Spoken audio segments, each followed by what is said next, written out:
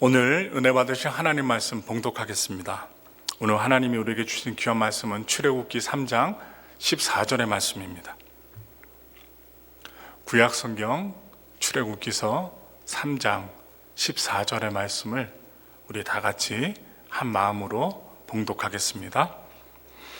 하나님이 모세에게 이르시되 나는 스스로 있는 자이니라.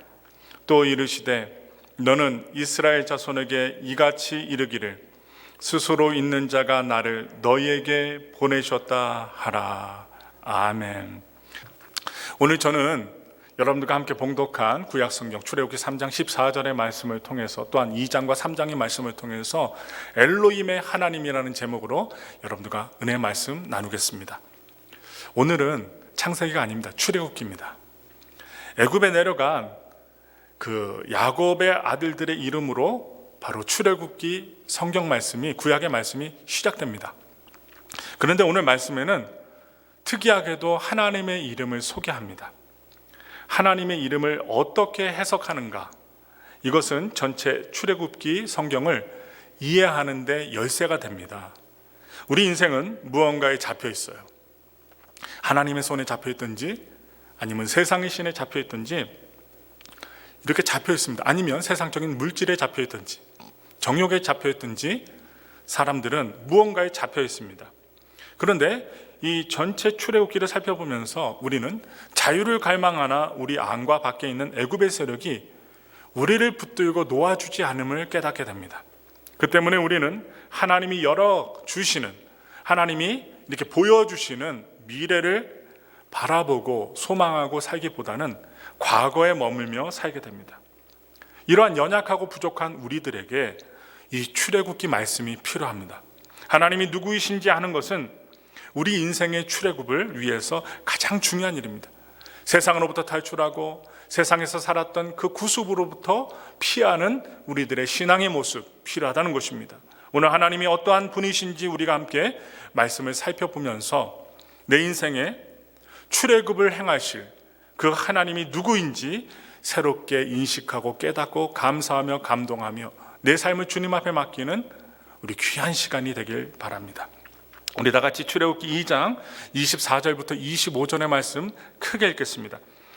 하나님이 그들의 소리를 들으시고 하나님이 아브라함과 이삭과 야곱에게 세운 그의 언약을 기억하사 하나님이 이스라엘 자손을 돌보셨고 하나님이 그들을 기억하셨더라. 아멘.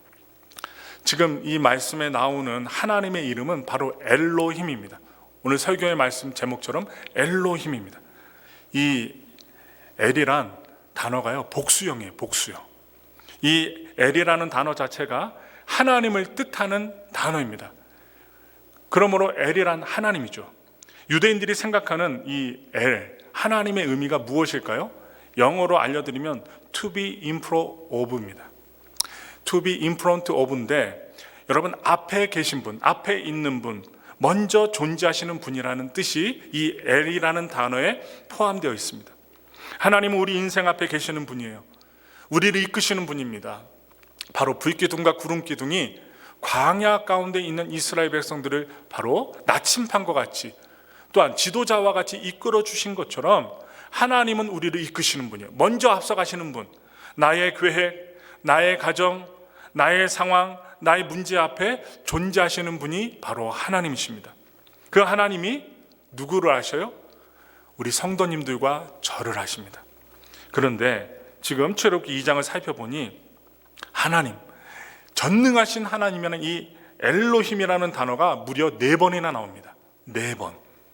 하나님이 들으셨다, 하나님이 기억하셨다, 하나님이 보셨다, 또한 하나님이 아셨다라고 4번이나 하나님의 이름이 나와요. 매우 특이한 표현입니다. 보통 주어, 이 하나님이라는 단어는요, 한 번만 나와도 돼요. 한 번만 강조해도 되는데 4번이나 엘로힘이라는 단어가 나오는 거예요. 그리고 이 하나님, 주어의 행동을 나타나는 동사는 이 접속사로 연결을 해서 표현하면 되는데, 알려주면 되는데, 그런데 지금 엘로힘이라는 주어를 매번마다 다 쓴 것입니다. 그것도 무려 4번이나 사용했어요. 이것은 모든 것 앞에 존재하시는 분이 우리의 모든 상황을 알고 계시고, 그리고 우리의 모든 마음과 계획을 알고 계신다는 아주 강조하는 표현입니다. 하나님은 애굽에서 고통받던 이스라엘 백성들의 이 어려운 문제와 상황을 너무나도 자세히 알고 계셨어요. 모르는 분이 아닙니다. 알고 계셨습니다.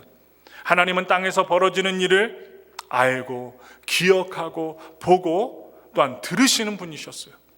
그냥 멀리만 계시는 분, 응답도 없이 은혜도 없이 그냥 우리들을 그냥 내버려 두시는 분이 아니라 들으시고 보시고 기억하고 아시는 분이 바로 엘로힘 하나님이라는 거예요. 하나님은 우리가 탄식하고 있는 어려움도 들으시고 기억하시고 보시고 아시는 분이십니다. 우리 인생의 고통받는 지점을 아셔요. 우리의 현장을 아십니다. 거기서 출애굽해야 할 필요를 먼저 보시는 분이 누구일까요? 바로 엘로힘 하나님이셔요. 우리 인생의 희망은 이처럼 우리를 먼저 알고 계시는 하나님께 있다는 것. 우리의 연약함도 아시고요, 우리의 교만도 아셔요. 하나님은 이스라엘 백성들의 출애굽을 위하여 모세를 준비하셨습니다. 하나님은 준비하시는 하나님입니다. 그래서 우리가 예배드리고 2022년 12월 달 이제 2주만 지나면 끝이 납니다.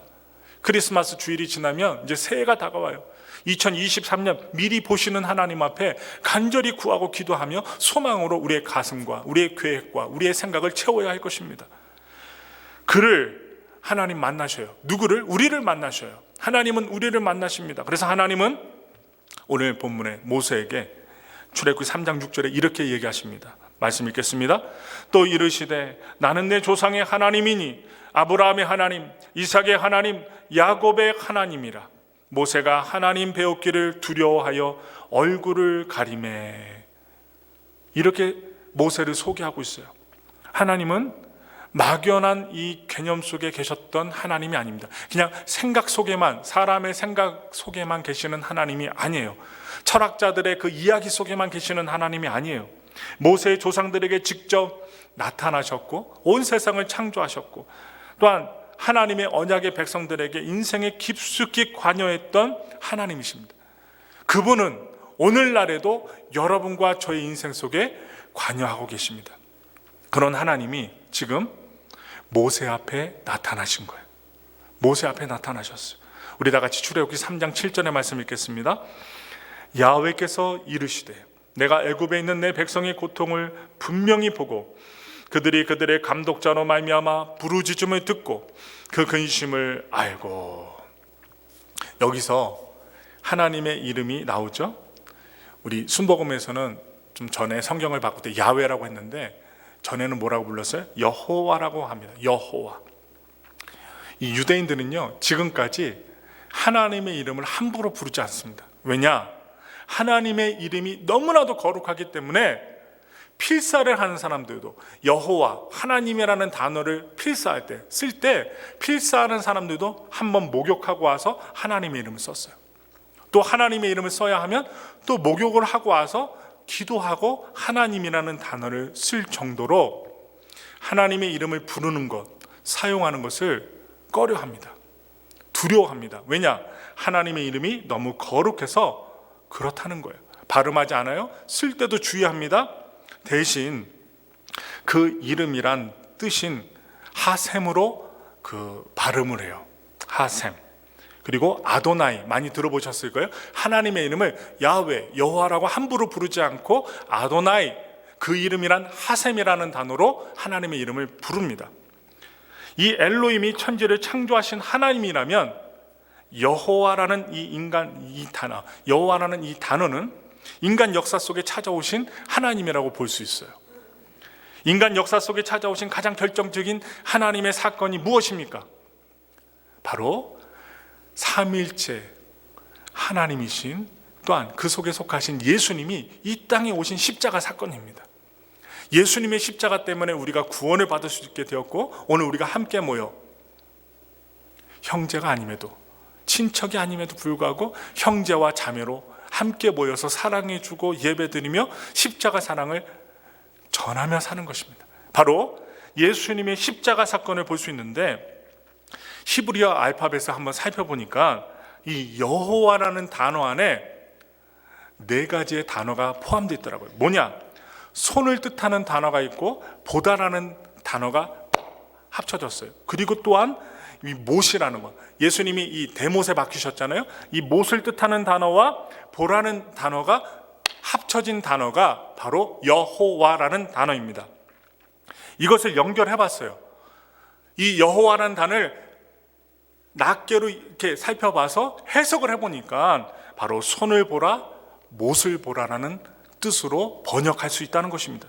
여기서 우리는 십자가에 못 박히신 그리스도를 상상할 수 있습니다. 연상할 수 있어요.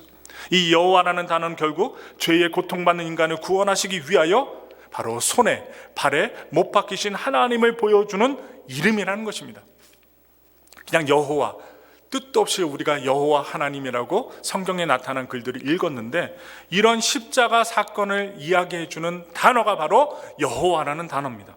하나님은 땅에서 벌어지는 일들을 아시고 그 문제를, 여러분과 저의 죽음의 문제, 인생의 문제를 해결하시기 위해 개입하시는 하나님이라는 것이 바로 여호와라는 단어 안에 담겨져 있다는 거예요. 얼마나 감사해요. 우리 다 같이 출애굽기 3장 8절의 말씀 읽겠습니다. 내려가서 그들을 애굽인의 손에서 건져내고 그들을 그 땅에서 인도하여 아름답고 광대한 땅, 젖과 꿀이 흐르는 땅, 곧 가나안 족속, 헷 족속, 아모리 족속, 브리스 족속, 히위 족속, 여부스 족속의 지방에 데려가려 하노라. 아멘. 하나님은 지금 지도자인 모세에게 내가 너희를 건져내고 인도하기 위하여 내려왔다라고 말씀합니다. 하나님 내려오셔요. 하나님은 위에만 계신 분이 아니라 내려오시는 분이십니다. 누구 때문에? 우리 때문에. 하나님을 의지하고 믿는 사람들 때문에 하나님이 건져내고 이루어 주시기 위해, 인도하시기 위하여 직접 이 땅에 내려오신다는 거예요. 하나님은 하늘 위에서 경배 하나 받으시며 그냥 가만히 아주 아무 말씀도 없이 앉아 계시는 분이 아닙니다. 불의를 바로잡고 우리를 고통에서 건져내시기 위하여 바로 인간의 역사 속에 찾아오시는 분이 바로 하나님이요, 성령님이요, 예수님이라는 거예요. 출애굽기 3장 9절의 말씀 읽겠습니다. 이제 가라. 이스라엘 자손의 부르짖음이 내게 달하고 애굽 사람이 그들을 괴롭히는 학대도 내가 보았으니. 요셉이 죽은 이후에 요셉, 애굽에서 총리로 알지 못하는 왕이 왕권을 이어받아 살 때에 바로 이스라엘 백성들은 노예로 전락할 수밖에 없었어요. 애굽 사람들을 더 중요하게 여겼던 그 왕은 바로 하나님을 믿었던 이스라엘 백성들을 존중해 주지 않고 노예로 삼았습니다. 그러니 이 노예로 살아야 되는 이스라엘 백성들은 얼마나 고통과 부르짖음 속에 살아야 했을까요? 하나님은 인간 구원의 역사를 홀로 진행하지 않으십니다. 바로 모세를 통해서 출애굽의 역사를 진행하길 원하셨어요. 그리고 고통받고 부르짖으며 하나님께 기도하는, 또한 도와달라고 하는 이스라엘 백성들의 삶 속에 하나님은 개입하십니다. 이처럼 하나님은 하나님의 나라의 역사를 우리와 함께 이루어 가기를 원하십니다. 함께 이루어 가기를 원하십니다. 그래서 우리가 말씀을 보고 하나님은 어떠한 하나님인가? 도와주시는 하나님인가? 아니면 멀리만 계시는 하나님인가? 말씀을 통해서 알려주시는 거예요. 저와 여러분을 사용하기를 원하십니다. 여러분들이 부르는 찬양, 여러분들이 말씀하시는 그 성경의 말씀, 또한 작고 크거나 상관없이 하나님께 드리는 그 예물을 통해서 하나님은 역사하십니다. 하나님은요, 여러분들 아주 귀하게 보셔요. 그냥 홀대하지 않으십니다. 그것을 무엇을 통해 알 수 있어요? 하나밖에 없는 예수님을 이 세상에서 죽이시면까지 여러분과 저를 사랑하셨어요. 자기 아들을 죽이시면서까지 여러분과 저를 사랑하셨어요. 얼마나 감사한 일이에요. 여러분들은, 우리 성도님들은 또한 저에게도 묻습니다. 다른 사람을 위해서 내 자녀를 죽일 수 있습니까? 없습니다. 온전한 이성으로 생각으로는 절대로 그러한 행동 할 수가 없어요. 근데 하나님은 그 하나밖에 없는 독생자 예수님까지도 희생하면서까지 온 인류를 위해 사랑을 보여주셨습니다. 우리 다 같이 출애굽기 3장 11절의 말씀 읽겠습니다. 모세가 하나님께 아뢰되 내가 누구에게 바로에게 가며 이스라엘 자손을 애굽에서 인도하여 내리까? 지금 모세의 반응을 보세요. 모세가 어떻게 대답하는지 한번 보세요. 내가 누구이기에 이렇게 고백을 하는 거예요. 나처럼 부족한 사람이 누구이기에, 하나님 보시기에 어떠한 사람이기에 제가 이스라엘을 인도할 수 있습니까? 자신이 지도자로서 적격자가 아니라는 거예요. 지도자로서 합당하지 않다는 말을 합니다. 느닷없는 하나님의 말씀에, 부르심에 그저 놀란 것 같습니다. 깜짝 놀란 거예요. 나같이 부족한 사람이 어떻게 리더로서 이스라엘 사람들을 이끌어갈 수 있겠는가? 사실 모세는요, 애굽에서 실패한 인생이었습니다. 실패했어요. 혈기 왕성할 때, 젊었을 때는요, 바로 공주의 아들로서 아주 떵떵거림을 살았을 때 히브리 동족을 위해서 행동하다가 애굽 사람을 죽였어요. 그리고 도망쳐 나온 사람입니다. 그냥 혈기 왕성하고 의가 충분했는데 그때는요, 사람을 쳐 죽였습니다. 그런 사람에게 다시 애굽에 가서 히브리 백성들을 데리고 나오라는 하나님의 명령은 감히 감당하기 힘든 부르심이었고 명령이었어요. 이 모세의 나약한 거절에 하나님이 응답하십니다. 우리 보겠습니다. 출애굽기 3장 12절의 말씀, 우리 다 같이 크게 읽겠습니다. 하나님이 이르시되 내가 반드시 너와 함께 있으리라. 내가 그 백성을 애굽에서 인도하여 낸 후에 너희가 이 산에서 하나님을 섬기리니 이것이 내가 너를 보낸 증거니라. 지금 뭐라고 말씀하셔요? 저 부족해요. 이스라엘 백성들을 리더로서 이끌 지혜와 지식과 리더십이 부족합니다. 어찌 나 같은 것을 쓰십니까? 이렇게 고백하는 모세에게 하나님이 뭐라고 얘기하셔요? 내가 너와 함께 있으리라. 오늘 우리 이 하나님의 말씀은 우리에게 큰 힘이 됩니다. 죄 많고 연약하고 겉으로 보기에는 온전한 것 같으나 이렇게 우리가 우리 자신을 보아도 연약함 투성이고 단점 투성인 우리들에게 모세와 같이 하나님은 말씀하셔요. 내가 너와 함께 있으리라. 우리는 부족합니다. 망할 수도 있습니다. 어려움에 속할 수도 있습니다. 문제 그 더미 속에 완전히 덮여서 허우적될 수도 있습니다. 그러한 우리들에게, 문제 많은 우리들에게 하나님이 모세처럼 말씀하셔요. 내가 너와 함께 있으리라. 연약하고 부족했던 이 모세에게 하나님이 함께 계시겠다고 말씀해 주십니다. 소망의 성취는 소명받는 자의 능력에 달린 것이 아님을 우리는 알 수가 있어요. 하나님의 함께 하심에 달려있는 것입니다. 하나님은 이어서 하나님께서 출애굽의 목적, 왜 너를 리더로서 사용하고 이스라엘 백성들을 가나안 땅으로 인도하는지, 왜 출애굽시키는지 목적을 알려주셔요. 우리 사람들이 인생의 목적을 알면 활기차게 살아갑니다.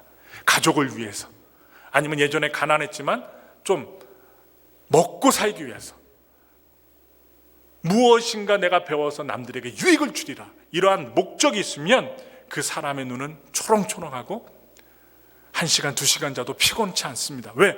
삶의 목적이 있기 때문입니다. 그래서 하나님의 함께 하심에 목적이 달려있어요. 그것을 알려주십니다. 그래서 하나님 이어서 그 출애굽의 목적을 말씀해 주시는데, 그것은 이 산, 그때 산이 어디입니까? 신의 산에서 하나님을 섬기는 백성으로 세워주시겠다는 거예요. 바로 왕의 밑에서 허우적대며 살고 노예로서 살았던 이스라엘 백성들에게 다시금 하나님을 섬기며 사는, 하나님의 백성으로 사는 목적을 세워주시겠다는 것입니다. 출애굽의 목적은 이스라엘 백성들이 단지 정치적인 면에서 해방되는 것이 아닙니다. 노예로서 해방되는 것이 아니었습니다. 그 궁극적인 목적이 있었어요. 무엇인가? 하나님을 섬기는 백성을 만드는 것이에요. 세상의 신을 섬기고 만머니즘, 돈을 섬겼던, 탐욕에 쩌들었던 이스라엘 노예 백성들에게 바로 하나님을 섬기는 백성으로 삼아 주시겠다는 목적이 있었다는 거예요. 그래서 하나님은 신의 산에서 이스라엘을 새로운 언약 공통체로 살 것을 명령하시고 순종하길 원하셨어요. 우리 다 같이 출애굽기 3장 13절의 말씀 읽겠습니다. 모세가 하나님께 아뢰되 내가 이스라엘 자손에게 가서 이르기를 너희의 조상의 하나님이 나를 너희에게 보내셨다 하면 그들이 내게 묻기를 그의 이름이 무엇이냐 하리니 내가 무엇이라고 그들에게 말하리까. 이 모세가요, 돌다리도 두들기고 다니는 사람 같아요. 사람들에게 가면 무엇을 말해야 될까, 이것까지도 하나님께 묻는 거예요. 모세는 하나님을 어떻게 소개해야 할지 막막했습니다. 여러분 생각해 보세요. 우리가 예배를 드릴 때도 앉아 계시다가 나와서 대표 기도를 하시거나 아니면 찬양 인도를 하시거나 아니면 발표를 하라고 하면요, 갑자기 떨려요. 몇 명 안 앉아 있어도, 아니면 수백 명이 앉아 있으면 더 떨리겠죠. 모세도 그랬습니다. 막막했어요. 수천만의 사람들이 있어요. 그 사람들에게 이야기를 해야 되는데, 또 지도자들에게 얘기를 해야 되는데, 장로들에게 얘기를 해야 되는데, 온 백성들에게 나가서 얘기해야 되는데 막막한 것입니다. 동족 이스라엘 자손들에게 가서 하나님이 누구이신지를 설명할 자신이 없었어요. 자신이 없었어요. 이에 하나님이 말씀해 주십니다. 오늘의 말씀이에요. 출애굽기 3장 14절의 말씀 읽겠습니다. 하나님이 모세에게 이르시되 나는 스스로 있는 자이니라. 또 이르시되 너는 이스라엘 자손에게 이같이 이르기를 스스로 있는 자가 나를 너희에게 보내셨다 하라. 하나님은 지금 모세에게 자신을 소개하고 있습니다. 영어로는 I am who I am이라고 하죠. 이것을 한국어로 번역하니까 나는 스스로 있는 자니라 라고 번역합니다. 그러나 헬라어로 에고에미 호온이라고 하는데요, 이 나는 스스로 있는 자다, 에고에미 호온이라고 헬라어로 번역이 됩니다. 이것은 무엇이냐? 스스로 있는 자, 존재의 근원을 말합니다. 존재의 근원, 그냥 존재 자체의 근원을 말하고 있어요. 이 세상의 근원을 말합니다. 그러나 이렇게 우리가 번역을 하면 하나님은 모든 존재의 근원이 되신 하나님으로 해석할 수 있습니다. 유대인들은 이것을 미래 시제로 말하고 있습니다. 이 말은요, 무엇이냐? I will be what I will be라고 하고 있어요. 바로 나는, 하나님은 미래의 하나님이라는 거예요. 미래의 하나님. 오늘 2023년도를 우리가 맞이하기 직전에 있는데 이 시즌에 우리가 예배를 드리는 가운데 바로 나는 스스로 있는 자다. 유대인들이 바라보고 있는 미래 시제의 하나님을 우리가 바라봐야 됩니다. 하나님은 미래의 하나님이 되십니다. 미래를 준비하시는 하나님, 먼저 앞서가시는 하나님, 그 뜻이 오늘 말씀 속에 담겨 있어요. 모세나 이스라엘 백성들, 하나님이 행동하시기 전까지는 하나님이 누구신지 알지 못했습니다. 알 수가 없어요. 하나님이 보여주시지 않으면 알 수가 없습니다. 그러나 하나님이 애굽에 10가지의 재앙을 내리십니다. 그것도 바로 왕과 온 애굽 사람들에게 내리시는 거예요. 그러나 이스라엘 백성들이 살았던 고센 땅에는 하나님의 재앙이 일어나지 않았습니다. 바로 10가지 애굽 땅에 일어났던 재앙을 통하여 하나님이 누구신지 온 백성들이 알 수 있었다는 거예요. 그래서 하나님은요, 10가지 재앙을 내리시면서 홍해를 가르시고 또한 출애굽의 역사를 행하실 때 그들은 비로소 하나님이 누구신지 경험하게 되었다는 것입니다.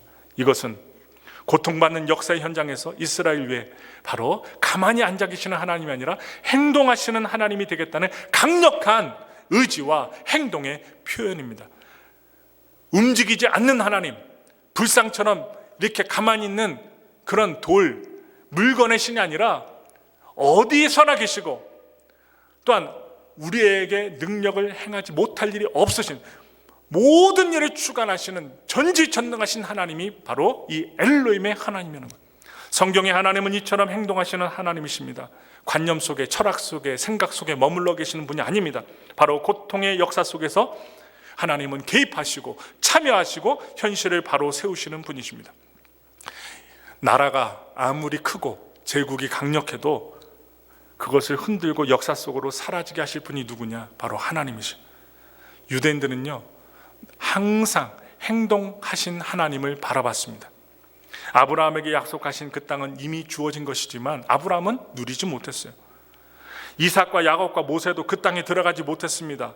그들에게 약속된 땅은 늘 저 멀리 있는 땅이었어요. 바라만 볼 수 있는 땅이었습니다. 바로 믿음의 조상들은 항상 그들의 믿음을 미래의 약속을 이루어 주실 하나님께 두었다는 거예요. 오늘날 유대인들은요, 그들과 함께 행동하셨던 하나님을 경험했습니다. 얼마나 죽임을 많이 당했는지 몰라요. 히틀러에게 600만 명이 어디요? 가스실에서 죽고 병들어 죽고 수용소에서 죽었어요. 그들뿐만 아니에요. 성경의 역사 속에서 아수르 제국, 바벨론 제국, 로마 제국이 이스라엘을 멸망시켰습니다. 그리고 성경을 보니까 하만이 그랬어요. 히틀러가 그랬어요. 오늘날 중동을 보세요. 중동의 모든 나라가 이스라엘을 둘러싸고 있는데 이스라엘을 못 망하게 해서 안달입니다. 이란도 아주 그 옆에서 이스라엘에게 미사일과 총과 군사력으로 죽이려고 작정하고 있어요. 그래도 이스라엘은 오늘날 망하지 않았습니다. 여러분 보세요. 역사를 보세요. 그래도 작은 나라, 서울 같은 땅이에요. 나라가 서울 같은 땅이니까 얼마나 작은지 몰라요. 하루면, 이틀이면 전체를 둘러볼 수 있어요. 이스라엘 가보시면 아십니다. 그렇게 작은 땅인데 이스라엘이 그 땅을 회복했습니다. 땅을 차지했어요. 이스라엘 나라를 다시 세웠습니다. 망하지 않았습니다. 죽지 않았습니다. 그들은 고통 속에서도 절망하지 않았습니다. 그들을 위해 행동하실 하나님을 바라보았기 때문입니다. 오늘날 팬데믹 가운데 아니면 인생의 위기 가운데 살고 있는 우리들이 희망을 가질 것은 이스라엘 백성들이 행동하실 하나님을 믿음으로 바라보았기 때문에, 그리고 믿었기 때문에, 의지했기 때문에, 동행했기 때문에 망하지 않는 것처럼 우리들도 망하지 않는다는 사실을 믿으시기 바랍니다. 예레미야 31장 35절부터 36절 읽겠습니다. 야훼께서 이와 같이 말씀하셨느니라. 그는 해를 낮의 빛으로 주셨고 달과 별들을 밤의 빛으로 정하였고 바다를 뒤흔들어 그 파도로 소리치게 하시니 그의 이름은 만군의 야훼니라.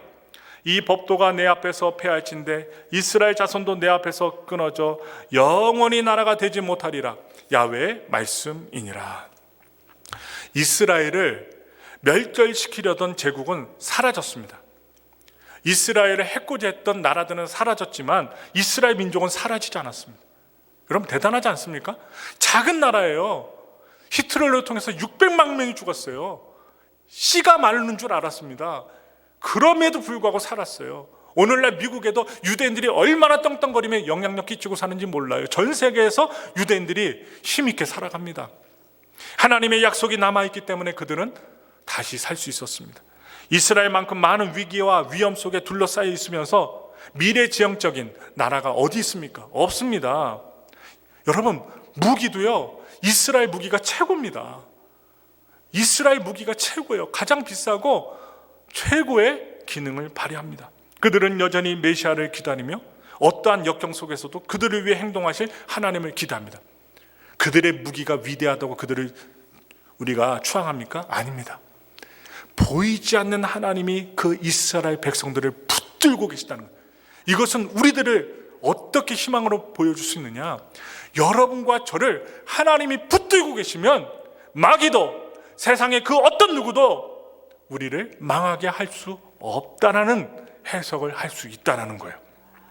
그들은 여전히 메시아를 기다리며 어떠한 역경 속에서도 그들을 위해 행동하실 하나님을 기대합니다. 소망합니다. 그들의 하나님은 반드시 그들을 위해 행동하실 미래를 주도하시는 하나님이심을 그들이 믿기 때문에 하나님은 떠나지 않고 그들과 함께 하셨습니다. 하나님은요, 유대인들과만 함께 하시는 하나님이 아니에요. 우리가 그분이 열어가실 미래를 함께 살아가기를 원하십니다. 함께 살아가기 원해요.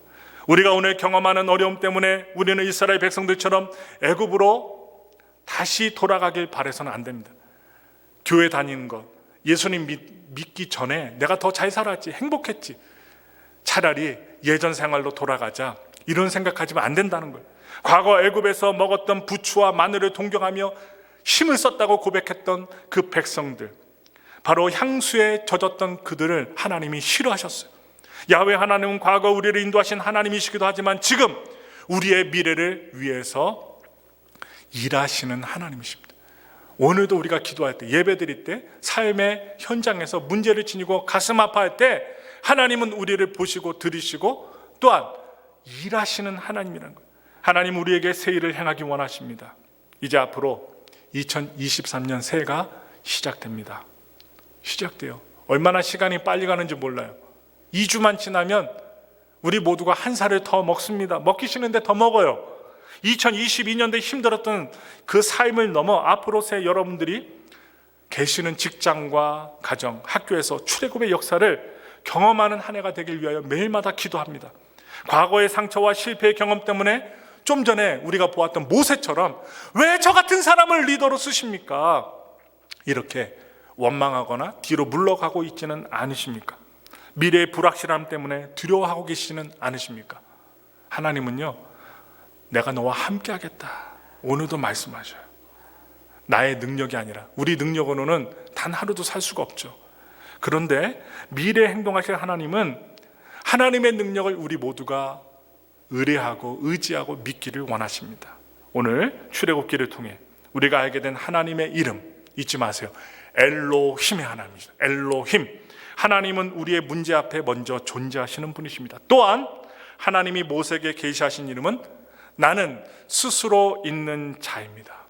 우리가 경험하는 고통의 현장에 찾아오셔서 멀리만 계시지 않고 내 마음속, 내 생각, 내 고통과 아픔과 내 문제 가운데 찾아오시는 하나님, 그 하나님을 믿고 나아갈 때에 과거에 머물지 마시고 아픔에 머물지 마시고 하나님이 이끌어 가실 가나안을 통해 우리가 믿음을 바라보고, 이스라엘 백성들이 결국 가나안 땅에 들어갔잖아요. 우리도 들어갈 수 있다라고 믿으시고 희망 갖고 소망 갖고 2023년을 맞이하시는 여러분과 제가 되기를 예수님의 이름으로 축원합니다.